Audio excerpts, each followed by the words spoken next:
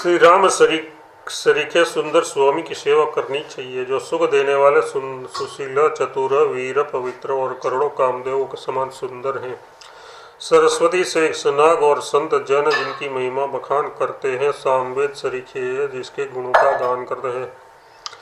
शिव जी सरीखे भी जिनके नाम का प्रेम पूर्वक स्मरण करते हुए प्रेम करना चाहते हैं, जिन्हें पिता की आज्ञा से विदेश यथार्थ बन जाते हैं, समय तनिक भी क्लेश नहीं हुआ, जिन्हें एक बार भी कोई प्रणाम कर लेता है तो संकोच के मारे दब जाते हैं।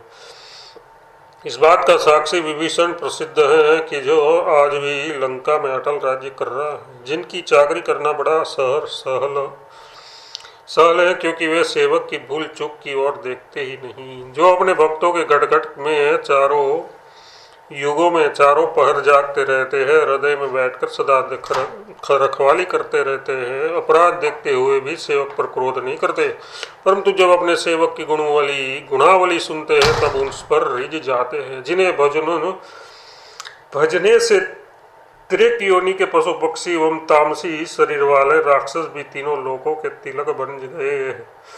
हे तुलसी, ऐसे सुखद, सुशील, सुंदर, भक्तवत्सल, चतुरोपतित पावन प्रभु को जो नहीं भजते उन पर विधाता प्रतिकूल ही है।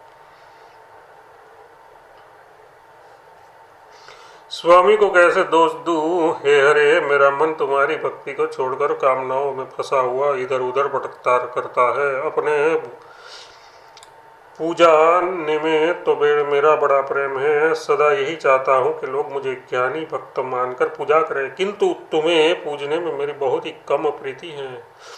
दूसरों को तो खूब सीख दिया करता हूँ, पर स्वयं किसी की शिक्षा नहीं मानता।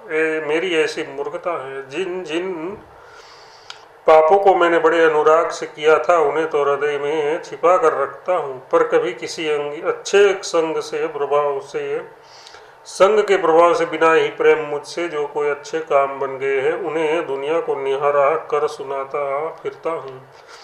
भाव यह है कि मुझे कोई भी पापी न समझकर सब लोग बड़ा धर्मात्मा समझे। कभी तो कुछ सत्कर्म बन जाता है, उसे खेत में पड़े हुए अन्न के दानों की तरह बटोर बटोर कर रख लेता हूँ, किंतु हे दया निदान दम्भ जबरदस्ती हृदय में घुसकर उसे बाहर निकाल फेंकता है। भाव यह है कि दम बढ़कर थोड़े बहुत सुकृत को भी नष्ट कर देता है। इसके सिवा लोभ मेरे मन को आशारूपी रस्सी से इस तरह नचा रहा है जैसे बाजीगर बंदर के गले में डोरी बांधकर उसे मनमाना नचाता है। इस पर भी मैं दम्भ से एक बड़े पंडित की नाई परम वैराग्य के तत्व की बातें बना कर सुनाता फिरता हूँ। इतना दम्भी होने पर भी मैं तुम्हारा दास कहलाता हूँ। आज तो लजा तो मानो मैं धोकर ही पी गया हूँ। हे रघुनाथ जी, तुम उदार हो, इस निर्लजता पर ही रिझकर तुलसी का बंधन काट दो, मुझे भव बंधन से मुक्त कर दो।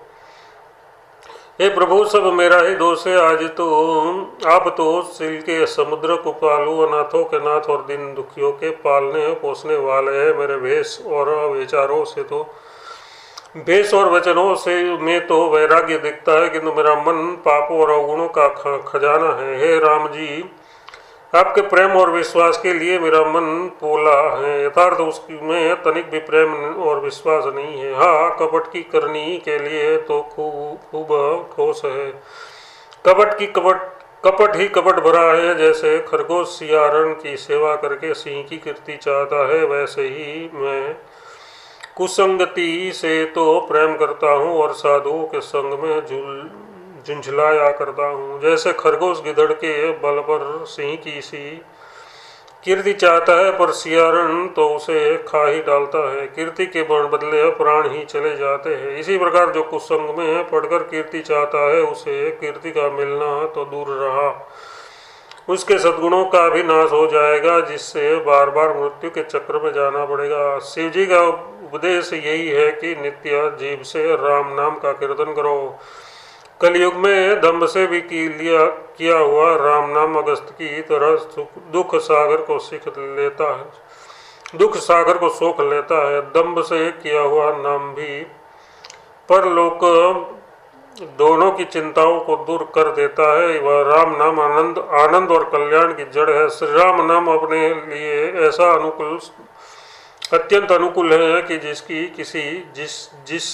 किसी अनुकूलता से तुलना नहीं हो सकती। राम नाम का ऐसा प्रभाव सुनकर तुलसी को भी परम संतोष है, क्योंकि यही उसका अवलंबन है। हे हरे, मैंने तुम्हें पतितों को पवित्र करने वाला सुना है, सो मैं तो पतित हूँ और तुम पतित पावन हो। बस दोनों के बालक बन गए, दोनों का मेल मिल गया। अब मेरे पावन होने में क्या संदेह है। वेद साक्षी दे रहे हैं कि तुमने व्याघ्र मतलब वाल्मीकि, गणिका मतलब पिंगला वैश्या, गजेंद्र और अजामिल को तथा और भी अनेक नीचों को संसार सागर से पार कर दिया है, जिनकी गिनती ही किससे हो सकती है। जिन्होंने जाकर या बिना जाने तुम्हारा नाम ले लिया, उन्हें नरक और स्वर्ग में जाने की मनाही कर दी गई है। यथार्थ वे भवसागर से पार होकर मुक्त हो जाते हैं। ये सब समझ बूझकर ही अब तुलसी भी तुम्हारे शरण में आया है, इसे भी अपना लो। यदि तुझ सरीखा कहीं कोई दूसरा समर्थ स्वामी होता तो भला ऐसा कौन क्षुद्र था जो निपट ही निरादर सहकर एवं रात दिन तेरा नाम रट रट कर दुबला होता। मैं जो तुमसे कृपा रूपी अमृत जल मांग रहा हूँ वह सचमुच ही निराला है। मेरा चित्त रूपी चातक का बच्चा प्रेम रूपी स्वाति नक्षत्र का आनंद रूपी जल चाहता है। काल तथा कर्म के प्रभाव से यदि कभी कभी मन में कोई बुरी कामना आ जाती है, जिससे मेरी ओर से चित्त हटने लगता है, तो वह ऐसा ही है जैसे आनंद से जल में रहती हुई मछली कभी कभी उछलकर फिर घबराकर उसी में गोता लगा जाती है। जैसे मछली को क्षण भर का भी जल का वियोग सहन नहीं होता, वैसे ही मेरा चित्त चाहता कि तेरे प्रेम जल से अलग होने पर घबरा जाता है और फिर तेरी ही लिए चेष्टा करता है। परंतु ऐसा कहना भी नहीं बनता, क्योंकि तुलसीदास जी के हृदय में जितना कपट है उतना किसी प्रकार कहा जा सकता है। पर हे दशरथ दुलारे, तेरे राज्य में लोगों ने बिना ही जोते बोए पाया है। यथार्थ बिना ही सत्कर्म किए केवल तेरे नाम से ही अनेक पापी तर गए हैं, वैसे ही मैं भी तर जाऊंगा, यही विश्वास है।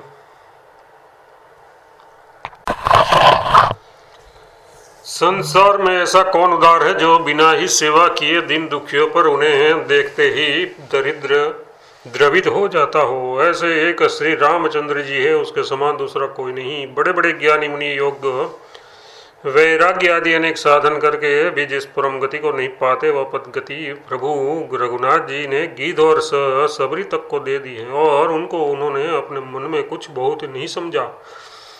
जिस संपत्ति को रावण ने शिव जी को अपने 10 सिर चढ़ाकर प्राप्त किया था, वही संपत्ति श्री रामचंद्र ने बड़े ही संकोच के साथ विभीषण को दे डाली। तुलसीदास कहते हैं कि अरे मेरे मन, जो तू सब तरह से सब सुख चाहता है, तो श्री रामचंद्र जी का भजन कर, कृपा निधान प्रभु तेरी सारी कामनाएं पूर्ण कर देंगे। हे राम, सच्चे दानियों में शिरोमणि एक आप ही हैं। जिस किसी ने एक बार आपसे मांगा, फिर उसे मांगने के लिए बहुत नाचने पड़े। यथार्थ वह पूर्ण काम हो गया। दैत्य देवता मनुष्य मुनि ये सभी स्वार्थी है, बिना कुछ किए कोई कुछ नहीं देते। किंतु हे कौशलपति, आप ऐसे कृपालु कल्पतरु हैं जो एक बार प्रणाम करते ही कृपावश पिघल जाते हैं। आपने अपने दूसरे अवतारों में भी वेदों की निंदा मर्यादा पाली है, जैसे यद्यपि सुदामा से आपकी बचपन की मित्रता थी, पर उससे जब चिउरा ले लिए तभी उसे संपत्ति प्रदान की। हे राम जी, आपने सुग्रीव, सबरी, विभीषण और हनुमान, इनमें से किस किस को याचना रहित पूर्ण काम नहीं कर दिया। हे दयानिधे, अब तुलसी को ये दारुण आशा रूपी पिशाचिनी की दुख दे रही है। इससे मेरा पिंड छूटा इससे मेरा पिंड छुड़ा दो और मुझे मुझे भी अपने दर्शन देकर कृतार्थ करो। प्रीति की रीति एक श्री रघुनाथ जी ही जानते हैं। श्री राम जी सब नातों को छोड़कर केवल प्रेम का ही नाता रखते हैं। जिस महाराज दशरथ ने प्रेम के निभाने में शरीर छोड़कर अपनी अचल कीर्ति स्थापित कर दी, उन प्रेमी पिता से भी आपने जटायु गिद्ध पर अधिक ममता और गुण गौरवता दिखाई। दशरथ का मरण राम के सामने नहीं हुआ, परंतु प्यारे गिद्ध के प्राण तो राम की गोद में निकले और हाथों पिंडदान देकर उसका उद्धार किया। मित्र सुग्रीव को स्त्री के विरह में देखकर आपने अपनी प्राणाधिका प्यारी सीता जी को भी भुला दिया। जानकी जी का पता लगाने की बात भुला पहले बाली को मारकर सुग्रीव का दुख दूर किया। रणभूमि में शक्ति के लगने से प्यारे भाई लक्ष्मण मूर्छित होकर पड़े हैं, पर उसका दुख भूलकर आप हृदय में विभीषण की ही चिंता करने लगे कि जब लक्ष्मण ही न बचेंगे तब मैं रावण के साथ युद्ध करके क्या करूंगा। ऐसा होने पर वानर भालू तो अपने घर चले जाएंगे, परंतु बेचारा विभीषण कहाँ जाएगा। घर में गुरु वशिष्ठ के आश्रम में, प्रिय मित्रों के यहाँ अथवा ससुराल में जब जब ये जहाँ आपकी मेहमानी हुई तब वहाँ आपने यही कहा कि मुझे जैसा सबरी के बेरों में स्वाद और मिठास मिला था वैसा नहीं मिला। जब मुनि लोग आपके सहज स्वरूप अर्थात निर्गुण परमात्म स्वरूप का बखान करते लगते हैं तब तो आप लज्जा के मारे सिर झुका लिया करते हैं, किंतु जब केवट और बंदर आपको मित्र एवं भाई कहते हैं तो अपनी बढ़ाए मानते हैं, अथवा केवट का मित्र कहे जाने पर आप प्रसन्न होते हैं और वानर बंधु कहलाने में अपना बड़प्पन समझते हैं।